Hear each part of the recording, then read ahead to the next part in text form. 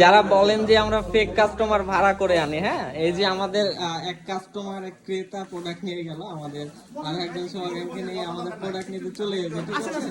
তো আপনারা যারা মনে করেন যে আমরা ভাড়া করে কাস্টমার আনি, তাদেরকে আমাদের রফিক স্টোরে স্বাগত। আপনারা সরাসরি এখানে এসে প্রোডাক্ট চেক করে নিতে পারবেন।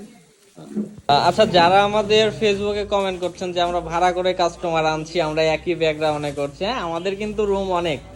আপনারা আমাদের রুমগুলো দেখাইলে দেখতে পারেন, আমাদের রুম কিন্তু অনেক। আর আমাদের এখানে প্রতিনিয়ত নতুন নতুন কাস্টমার যারা আশেপাশে আছে তারা কিন্তু এখান থেকে এসে দেখে প্রোডাক্ট নিতে পারছে। তো কিছুক্ষণ আগে আমাদের একজন ক্রেতা আসছিল প্রোডাক্ট নিতে, প্লাস স্যাররাও আসছে আমাদের এখানে প্রোডাক্ট নিতে। তো স্যার, আপনাদেরকে কি আমরা ভাড়া করে নিয়ে আসছি এখানে?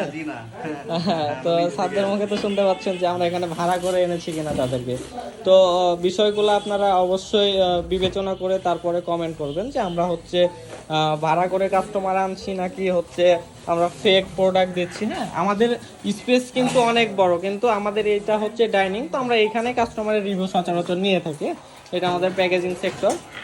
তো আপনাদেরকে স্বাগতম আমাদের রফিক স্টোরে। যারা বলেন যে হ্যাঁ, যে আমাদের ডেইলি কিন্তু অনেক অনেক অনেক পার্সেল চলে যাচ্ছে, তো আপনাদের সবাইকে রফিক স্টোরে স্বাগতম।